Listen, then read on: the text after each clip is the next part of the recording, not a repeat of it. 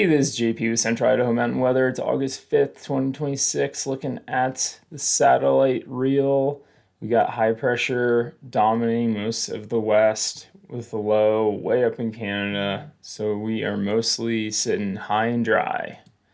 Looking at the fire smoke this morning, back this up a little bit.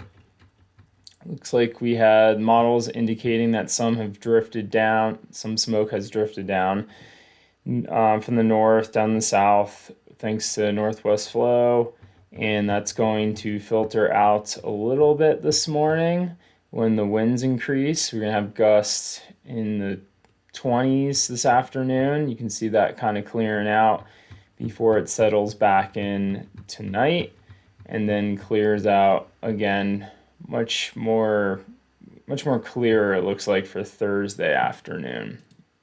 And a lot of that has to do with the winds in the area. So if we fast forward to Wednesday afternoon, you can see lots of westerly, kind of northwest winds that are pushing into the 20s, and then it dies down a little bit overnight and picks up for tomorrow afternoon. You can see little pockets. Those orange pockets are gust up to 25. So we're just on the fringe of introducing some red flag warnings.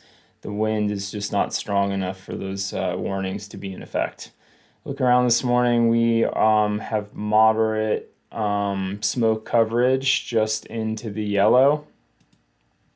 Today's highs are going to be in the 90s. They are going to climb up into the mid to upper 90s over the next 2 days as that ridge of high pressure starts to move to the east and comes overhead.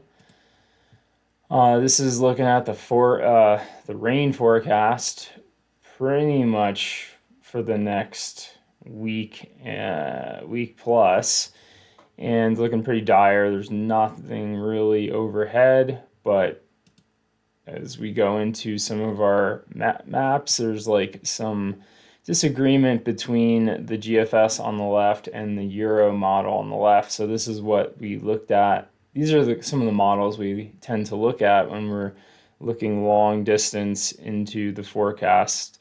They're really only good till like 5 days out. So this is kind of just on that over that line of their accuracy. I mean, they do forecast past there, but the accuracy is more in the 5-day range. So anyways, you can see the GFS on the left is showing this big ridge of high pressure overhead. And then on the right, we have a low coming in that would give us some moisture on the Euro model. So we're gonna have to wait a couple days to see which one pans out and is gonna be more accurate. National Weather Service is predicting slightly above normal for precip in that time frame. So kind of hoping that the rain does come through and the Euro is right. But we're going to have to wait and see with that one.